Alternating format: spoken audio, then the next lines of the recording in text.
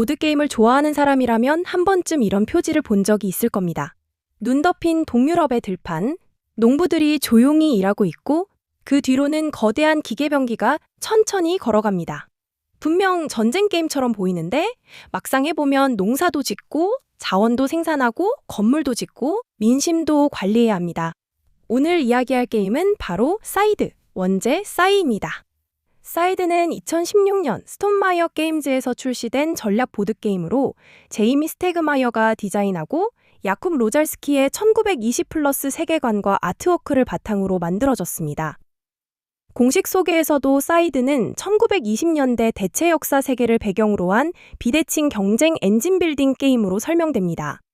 그런데 이 게임은 단순히 멋진 메카가 나오는 전략 게임 정도로만 보기엔 꽤 흥미로운 뒷이야기가 많습니다. 그래서 오늘은 보드게임 사이드에 대해 당신이 몰랐던 10가지 이야기를 준비했습니다. 1. 사이드는 전쟁 게임처럼 보이지만 사실 전쟁 게임이 아니다. 사이드를 처음 보면 대부분 이렇게 생각합니다. 아, 이거 전쟁 게임이구나. 거대한 메카가 있고 각 세력은 지도 위에서 영토를 넓히고 전투 카드까지 존재합니다. 그런데 실제로 플레이해보면 느낌이 조금 다릅니다. 사이드의 핵심은 전투가 아니라 엔진 빌딩입니다. 플레이어는 자원을 생산하고 액션을 강화하고 메카를 배치하고 건물을 세우고 신병을 모집하면서 자기 세력의 경제 구조를 점점 굴려나갑니다. 전투는 분명 중요하지만 전투만 많이 한다고 이기는 게임은 아닙니다. 오히려 무리한 전투는 민심, 즉 인기도를 잃게 만들고 게임 종료 후 점수 계산에서 손해를 볼 수도 있습니다. 이게 사이드의 묘한 매력입니다.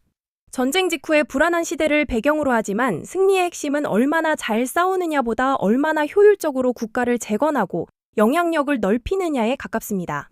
그래서 사이드는 전쟁 게임처럼 보이는 경제 게임, 혹은 메카가 등장하는 유로 전략 게임이라고 볼 수 있습니다. 2. 이 게임의 출발점은 규칙보다 그림이었다. 보통 보드게임은 디자이너가 먼저 시스템을 만들고 그 뒤에 테마와 일러스트가 붙는 경우가 많습니다. 하지만 사이드는 조금 다릅니다. 사이드는 야쿰 로잘스키의 1920 플러스 세계관 이미지에서 강한 영감을 받았습니다. 스톤마이어 공식 페이지에서도 사이드는 제이미 스태그마이어가 디자인했고 야쿰 로잘스키가 아트와 월드빌딩을 담당했다고 소개됩니다. 이 세계관은 매우 독특합니다. 한쪽에는 농부, 말, 낫, 눈 덮인 들판 같은 전통적인 동유럽 풍경이 있고 다른 한쪽에는 거대한 디젤펑크 기계 병기가 서 있습니다. 이 둘은 원래 잘 어울리지 않을 것 같지만 사이드에서는 이상할 정도로 자연스럽게 섞입니다. 그래서 사이드를 보면 이런 느낌이 듭니다. 이 세계는 원래부터 존재했던 것 같다. 사이드는 단순히 예쁜 그림을 붙인 게임이 아니라 그림이 먼저 세계를 만들고 그 세계를 보드게임 규칙으로 번역한 작품에 가깝습니다. 3. 배경은 1920년대 대체 역사 유럽이다. 사이드의 배경은 현실의 1920년대 유럽과 비슷하지만 완전히 같은 세계는 아닙니다. 공식 설정상 사이드는 대전쟁 이후, 즉 거대한 전쟁이 끝난 뒤에 대체 역사 유럽을 배경으로 합니다. 이 세계에서는 전쟁이 끝났지만 평화가 완전히 찾아온 것은 아닙니다. 각 세력은 무너진 질서 속에서 다시 힘을 키우고 주변 지역의 영향력을 넓히려 합니다. 여기서 중요한 공간이 바로 팩토리입니다. 지도 중앙에 있는 이 거대한 공장은 단순한 지형이 아닙니다. 전쟁 동안 엄청난 기계병기를 만들어낸 핵심 시설이고 게임 속 각 세력이 다시 그 힘을 차지하려고 접근하는 장소입니다. 그래서 사이드의 지도는 단순한 땅 따먹기판이 아닙니다. 농촌, 강, 터널, 마을, 공장. 이 모든 공간이 전쟁 이후의 세계가 어떻게 다시 움직이기 시작하는가를 보여주는 장치입니다.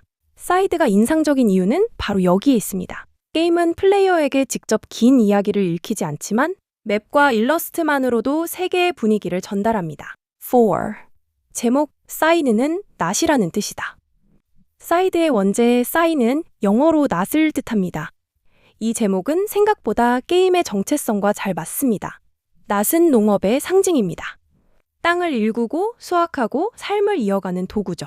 그런데 동시에 낫은 죽음의 이미지와도 연결됩니다.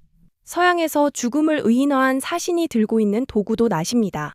그러니까 싸이라는 제목 안에는 두 가지 이미지가 같이 들어있습니다.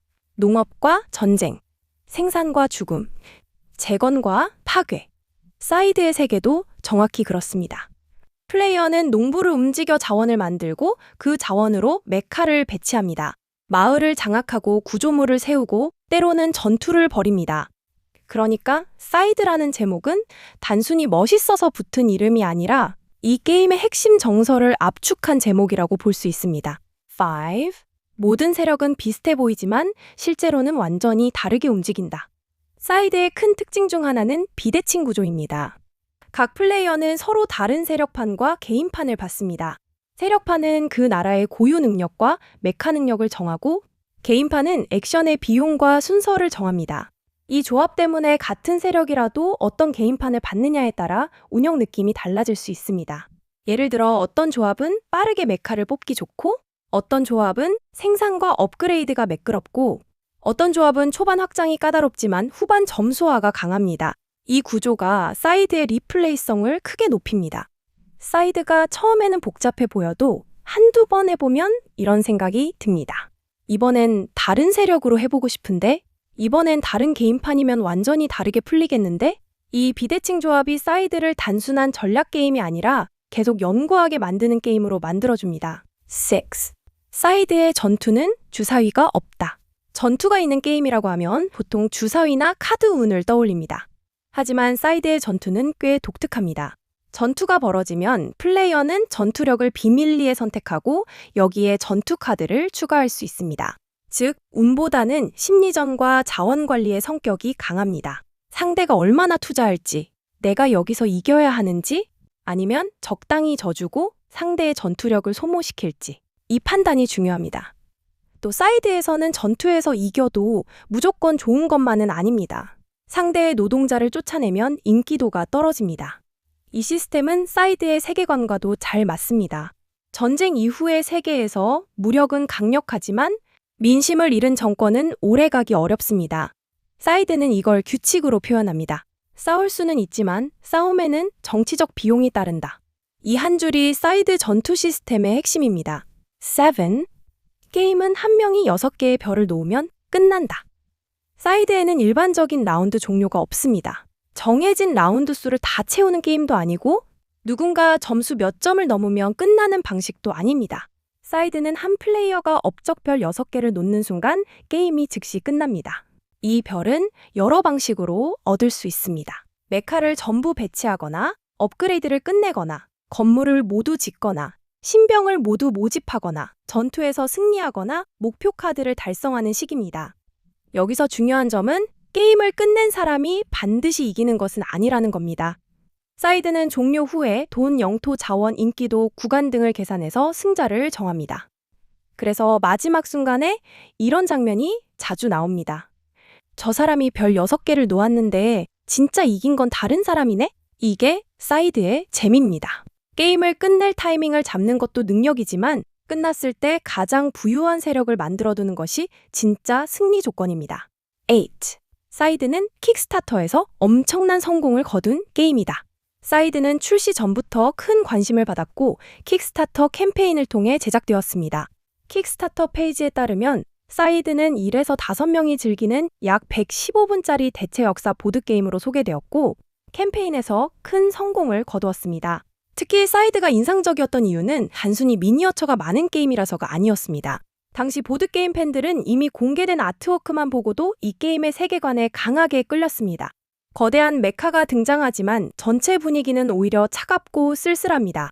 화려한 영웅담이라기보다는 전쟁이 지나간 뒤에도 계속 살아가야 하는 사람들의 세계처럼 보입니다. 이 분위기는 당시 많은 보드게이머들에게 강한 인상을 남겼고 사이드는 출시 전부터 올해의 기대작 같은 위치에 올랐습니다. 그리고 실제 출시 이후에도 사이드는 단순한 화제작을 넘어 현대 전략 보드게임을 대표하는 작품 중 하나로 자리 잡았습니다. 9. 확장은 단순히 콘텐츠 추가가 아니라 세계를 넓히는 방식으로 나왔다. 사이드는 여러 확장을 통해 세계를 넓혀갔습니다. 대표적으로 먼 곳에서 온 침략자들 알비온과 토가와라는 두 세력을 추가하고 최대 6에서 7인 플레이를 가능하게 해주는 확장입니다. 윈드 갬빗은 비행선을 추가합니다. 기존의 메카와 노동자 중심 전장 위에 공중 유닛이라는 새로운 존재가 들어오면서 맵을 바라보는 방식이 달라집니다. 이 확장은 비행선과 결말 조건을 바꾸는 모듈을 포함하는 확장으로 소개됩니다. 그리고 펜리스의 부상은 캠페인형 확장입니다. 이 확장은 단순히 카드 몇 장, 세력 몇 개를 추가하는 수준이 아니라 사이드 세계의 이야기를 따라가며 새로운 요소를 단계적으로 열어가는 방식입니다. 이 확장들의 방향을 보면 스톤마이어가 사이드를 어떻게 바라봤는지 알 수 있습니다. 그들은 사이드를 단순한 시스템 게임으로만 확장하지 않았습니다. 하나의 세계관으로 확장했습니다. 새로운 세력, 새로운 병기, 새로운 이야기. 이것들이 합쳐지면서 사이드는 단판 전략 게임이면서도 동시에 하나의 대체 역사 세계처럼 느껴지게 됩니다. 10. 사이드는 이후 다른 작품으로도 이어졌다. 사이드의 세계는 보드게임 하나로 끝나지 않았습니다. 이 세계관은 이후 다른 매체와 작품으로도 이어졌습니다. 예를 들어 사이드와 같은 1920 플러스 세계관은 비디오 게임 아이런 하베스트와도 연결되어 언급됩니다. 또한 스톤마이어 게임즈는 이후 사이드 세계관을 배경으로 한 독립형 후속작 익스페디션을 출시했습니다. 여기서 흥미로운 건 사이드가 단순히 게임 시스템이 좋아서 성공한 작품이 아니라는 점입니다. 물론 시스템도 훌륭합니다. 하지만 사이드가 오래 기억되는 이유는 사람들이 그 세계를 기억하기 때문입니다. 눈 덮인 들판, 낯을 든 농부, 조용히 서 있는 거대한 메카. 전쟁이 끝났지만 아직 평화롭지 않은 땅. 이 이미지는 한번 보면 쉽게 잊히지 않습니다. 사이드는 규칙을 배우는 게임이기도 하지만 동시에 하나의 세계를 방문하는 경험에 가깝습니다. 사이드는 참 독특한 게임입니다. 전쟁 게임처럼 보이지만 사실은 경제와 영향력의 게임이고 거대한 메카가 등장하지만 게임의 중심에는 농부와 자원과 민심이 있습니다. 또한 멋진 일러스트에 시스템을 붙인 정도가 아니라 일러스트와 세계관 규칙이 서로 맞물리면서 하나의 분위기를 만들어낸 게임입니다. 그래서 사이드를 좋아하는 사람들은 단순히 재미있다를 넘어서 이 세계가 좋다고 말하곤 합니다. 오늘 영상이 사이드를 이미 좋아하는 분들에게는 다시 꺼내보고 싶은 계기가 되고 아직 해보지 않은 분들에게는 이 묵직한 세계에 한번 들어가 보고 싶은 계기가 되었으면 좋겠습니다. 여러분은 사이드에서 어떤 세력을 가장 좋아하시나요? 폴라니아의 애국적인 곰? 무스비엣의 거대한 힘? 노르딕의 독특한 기동력? 혹은 확장 세력인 알비온과 토가와? 댓글로 여러분의 최애 세력과 기억에 남는 플레이를 남겨주세요. 오늘 영상은 여기까지입니다. 보드게임의 숨은 이야기와 비하인드를 계속 보고 싶다면 구독과 좋아요도 부탁드립니다. 그럼 다음 영상에서 또 다른 보드게임 이야기로 만나요.